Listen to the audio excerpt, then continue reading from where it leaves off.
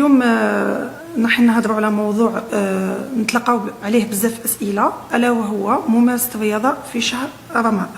ممارسه الرياضه في رمضان تتحدد باختيار الوقت.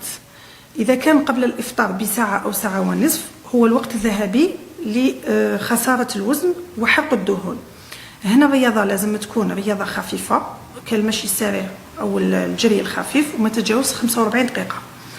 اما اذا كان الرياضه الهدف منها هو اللياقه البدنيه او بناء العضلات، فهنا الصائم يمارس الرياضه تاعو ساعتين بعد الافطار. بالنسبه للمريض السكري، فمريض السكري قبل ممارسه اي نوع من الرياضه يجب عليه استشاره الطبيب المعالج اذا يسمح له او لا، ومرات نحتاج الى تعديل جرعات الدواء، خاصه الادويه الخافضه للسكري والانسولين.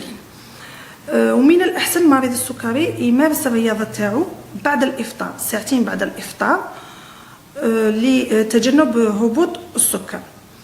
وقبل ما يبدا يمارس الرياضة تاعو يعني النشاط البدني تاعو لازم يعبر السكر تاعو قبل، ويعبر السكر تاعو كل 30 دقيقة إذا كانت مدة الرياضة تفوت نصف ساعة، ويتوقف في حالة ما يصرى له هبوط السكر يعني أقل من 70 غرام، ولا في حالة الارتفاع الشديد يعني أكثر من 2.5 غرام، ولا في حالة التعب ولا الإرهاق الشديد.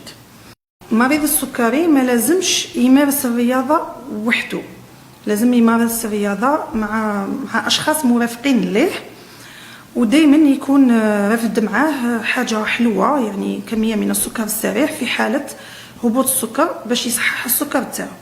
الأخير بالنسبة لمرضى السكري وحتى كبار السن، تعتبر صلاة التراويح يعني الذهاب للمسجد والرجوع، صلاة التراويح حركات الركوع والسجود كرياضة بالنسبة لهم. بعد الرياضة يمكن أكل بعض كمية قليلة من السكريات البطيئة يعني النشويات، وحتى البروتينات صديق لبناء العضلات وتعويض كمية السكر والدهون اللي حرقنا. وفي الأخير نشكر قناة سبقة براس على اهتمامها بالموضوع خاصة عند مرضى السكري، وبالمناسبة صحة فطوركم وبصحة صيامكم.